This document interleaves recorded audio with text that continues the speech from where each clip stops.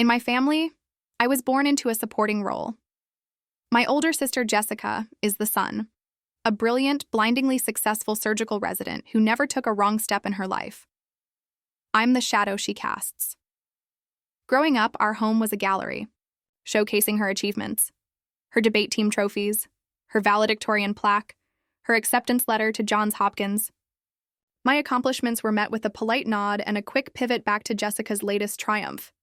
It wasn't malicious, it was just the weather. Jessica was the headline and I was the classified ad on the back page. This pattern has continued into our adult lives. Last week, on our weekly family call, my parents spent 20 minutes detailing Jessica's latest achievement, assisting in a groundbreaking cardiac procedure. When they finally turned to me, the shift in tone was palpable. "And what about you, Eliza?" my mother asked, her voice laced with that familiar, gentle condescension. "Still writing your little fantasy stories?" My father chimed in, "It's a nice hobby, honey. Just make sure you're keeping up with your real job." My real job is a soul-crushing data entry position that pays my rent. My hobby is the thing that makes me feel alive. For years, I've been creating a graphic novel, a sprawling epic fantasy world that I pour my heart into every night. To them, it's a childish diversion. To me, it's everything. They don't know that my little stories have found a home online, a small but fiercely loyal following that has grown into a community. They don't know about the literary agent who emailed me last month after seeing my work. They don't know because I learned a long time ago not to share my world with people who would only see it as small. The only person who has read every draft is my childhood friend, Liam. He sees the architecture in my stories, not just the doodles. And for now, that has to be enough. But a part of me still holds a quiet, flickering hope that one day, my world will become too big for them to ignore. The roots of this dynamic run deep, back to a time of science fairs and literary magazines. I remember when Jessica was a sophomore in high school, she built a working model of a miniature ecosystem for the state science fair. For a month, our garage was transformed into her laboratory. My parents were her devoted assistants, staying up late helping her calibrate pH levels and type up her research. My father, a man who had never shown an interest in biology, suddenly sounded like a tenured professor. They were a team, a well-funded expeditionary force on the hunt for a blue ribbon. When she won first place, you would have thought she'd cured a disease. There was a party, a framed certificate hung in the most prominent spot in the living room, and the story was retold at every family gathering for the next year. 2 years later, it was my turn. I didn't have a science project. Instead, I had poured my soul into a short story, a dark fantasy piece that won the top prize in the district's annual literary competition and was published in a regional anthology. I came home clutching the journal, the ink still smelling fresh, my name printed in stark, beautiful black and white. I showed my parents. "Oh, that's lovely, honey," my mother said, barely glancing at the page before putting it on the counter. "Don't forget to take out the recycling." My father's only comment was, "Well, it's no science fair, but good for you." The journal was never framed. It was never mentioned again. It was in that moment I learned the family currency. My sister's achievements were tangible assets worth investing in. Mine were pleasant, disposable novelties. This lesson was reinforced when it was time for college. Jessica's acceptance to a prestigious pre-med program was cause for a catered affair. My father gave a tearful toast about her brilliant future, and they bought her a brand new, safe, reliable sedan to make the journey. My choice to major in literature at the state university was met with a quiet, concerned dinner. My father spent most of it lecturing me on the grim realities of the job market for humanities graduates. There was no toast. And for my transportation, I was given the keys to our old, rusting minivan. To the outside world, they were perfect parents. Both daughters went to college, both daughters got a car. But the fine print told the real story. Jessica's future was a sound investment. Mine was a liability to be minimized, so I learned to build my world in secret, to nurture my hobby in the dark, where their casual dismissal couldn't wither it. My friend Liam was the only one who saw the blueprints. He was the only one who believed I was building an empire, not just playing with words. The email from the literary agent, a woman named Sarah, led to a Zoom call a week later. I expected a cautious, professional conversation.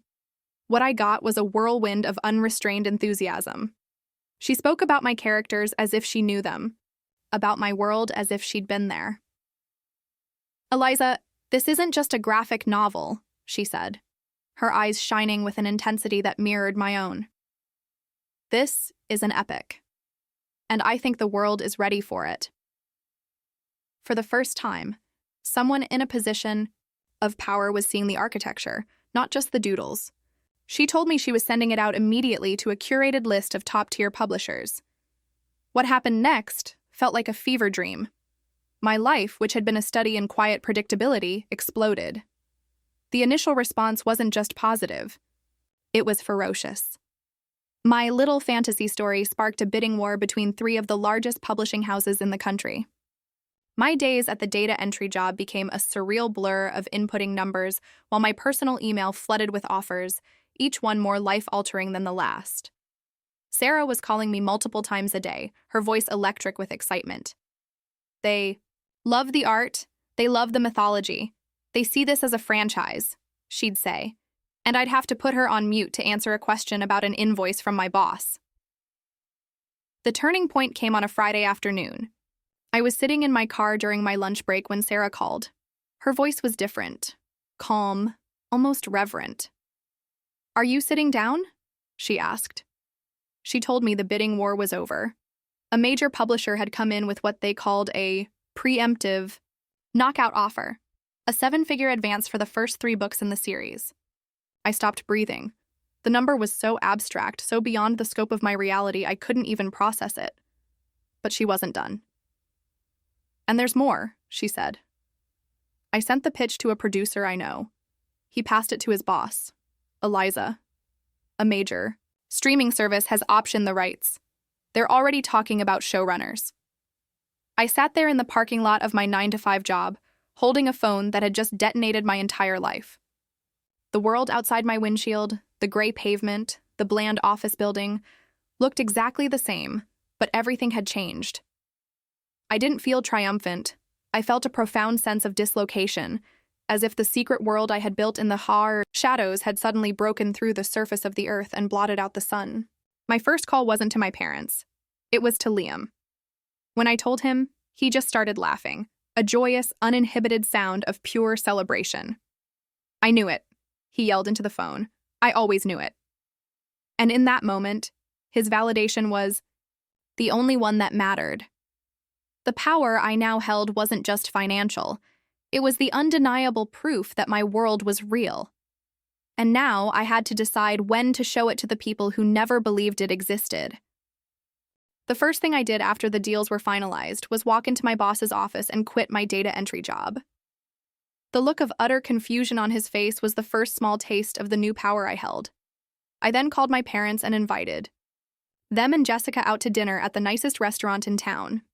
I told them I had some news and I wanted to celebrate. I knew this would be the final test. For years, I had craved their approval, a single, genuine acknowledgement of my worth. Now, armed with a success so monumental it was irrefutable, I was going to give them one last chance to give it to me. I wasn't hopeful. I was an observer, a scientist watching the final phase of a long and painful experiment. We sat at a round table, the crisp white linen a stark contrast to the simmering tension I felt. They made small talk, asking about my job search, assuming my celebration was for a new data entry position. Finally, after the appetizers arrived, I put down my fork. "I quit my job because I don't need it anymore," I said, my voice calm and even. "The graphic novel I've been working on, well, there was a bidding war. I've accepted a 7-figure deal for the trilogy, and the story has been optioned by a streaming service for a series adaptation." The silence that followed was thick with shock. My father was the first to speak, but the words weren't congratulations. He narrowed his eyes with suspicion. 7 figures? From who? Is that net or gross, Eliza? Have you had a lawyer look at the contract? These creative types can be very flaky. He didn't see a success. He saw a risky investment.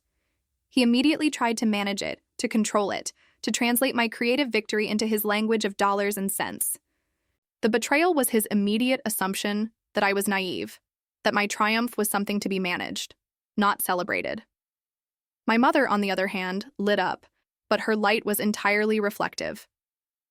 A television show. Oh my goodness, wait until... I tell the girls at the club. Will we get to be extras? Eliza, do you remember that set of paints I bought you when you were 10? I always knew you had it in you. She absorbed my success instantly, reframing it as a direct result of her parenting. My years of solitary work, of honing my craft in secret, were erased. In her version of the story, she was the visionary who had nurtured the seed of my talent. Her betrayal was in her attempt to co-opt a victory she had never once supported, but it was Jessica's reaction that landed the final, killing blow. She had been silent, a tight, forced smile plastered on her face. When she finally spoke, her voice was smooth as silk and sharp as glass. "Wow, Eli," she said, using my childhood nickname to subtly infantilize me. "That's incredible. Truly. It's just wild what captures the public's imagination these days. I mean, fantasy comics for adults. Who knew?" And there it was. In one perfectly crafted sentence, she dismissed my life's work as a lowbrow popular fad. She didn't question the success. She questioned the quality of a world that would grant it. It wasn't a celebration of my talent, but a condescending judgment on the taste of those who recognized it. I sat there and looked at the three of them, the manager, the publicist, and the critic. My family. And I knew with a certainty that was as peaceful as it was painful, that I was completely and utterly alone at that table. After that dinner, I stopped trying. I muted the family group chat and let their calls go to voicemail, responding hours later with brief, polite texts. My world had become a whirlwind of productive chaos. I was working with an editor I adored, having creative meetings with producers, and for the first time, I felt like I was in the right place. My life was finally my own, and I was fiercely protective of it. My family, however, saw my newfound independence not as a sign of success, but as a problem to be solved. They couldn't stand being on the outside of the one thing in my life that had become important. The breaking point came in the form of an email from my agent, Sarah. Variety wanted to do a feature story on me. They were billing it as the breakout fantasy story of the year. It was my official debut to the world. But my family, in a move of breathtaking audacity, had decided to crash my coming-out party. Sarah explained, in a confused but well-meaning tone, that my mother had called the magazine's editorial desk directly. She had pitched them the charming angle of the supportive family who had nurtured a brilliant artist in their midst. She had offered them home photos, childhood anecdotes, and an interview with the whole family. The journalist, smelling a heartwarming human interest story, loved it. They now wanted the interview to take place at my parents' home, complete with a family photo shoot. I felt a cold, white-hot rage that was completely new to me. This was not just an insult, it was an invasion. They were attempting a hostile takeover of my story, to publicly plant their flag on a mountain they had refused to help me climb. The final, intolerable blow came when Sarah forwarded me a quote my sister Jessica had already given the journalist in a preliminary call. "I'm just so thrilled for Eliza," the quote read. "My career in medicine is incredibly demanding, and I'm just so glad that our family's stability allowed her the freedom to pursue her creative passions without the pressure of a more conventional career path." She had painted me as a kept woman, a dilettante whose success was only possible because of her own noble, serious work. They were actively, publicly, rewriting history to position themselves as benevolent patrons and to diminish me as their pet project. They had left me no choice. This was no longer a private hurt, it was a public lie. And I would not allow my story, the one thing that was truly mine, to be launched into the world on a foundation of their condescending falsehoods. I emailed Sarah back. "That's a wonderful idea," I wrote, the words practically vibrating on the screen.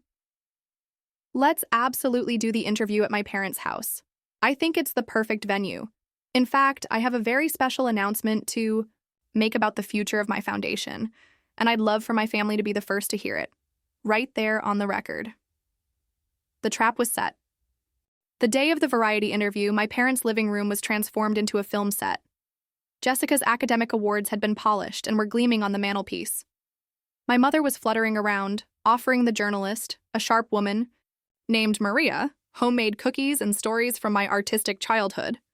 My father and Jessica sat side by side on the sofa, looking poised and proud, ready for their close-up. I had asked Liam to be there, introducing him as my oldest friend and personal advisor. My family barely acknowledged him, seeing him as little more than a background character in their starring role. The interview began just as I knew it would. Maria asked my parents how they nurtured my talent. "Oh, we always knew she was a special one," my mother gushed. "We just gave her the space and support to let her imagination run wild." My father added, "We believe in letting our children find their own path. Her success is her own, but we're proud to have built the foundation she could launch from." Jessica delivered her rehearsed line about her serious career, providing me with a safety net to be creative. They were magnificent, painting a masterpiece of supportive, modern parenting for the public record. I let them. Then Maria turned to me. "Eliza, this is a life-changing success. What's next for you? Any plans to give back?" This was the moment. I smiled warmly. "I'm so glad you asked. It's something I've been thinking a lot about. I'm proud to announce that I'm using the initial proceeds from this deal to launch the Chimera Foundation." A flicker of pride crossed my parents' faces. I continued. "The Foundation's first initiative will be a major grant for undiscovered fantasy writers and artists. It will be called the Liam Maxwell Grant for Emerging Storytellers." I turned to my friend, whose face was a picture of stunned disbelief. "I am endowing it with an initial $1 million, and I'm thrilled to announce that Liam, who read every page of this trilogy before anyone else and championed this story when it was just a secret, has accepted the position of executive director of the foundation." The photographer's camera flashed, capturing the frozen, horrified smiles on the faces of my parents and sister. Liam was speechless, tears welling in his eyes.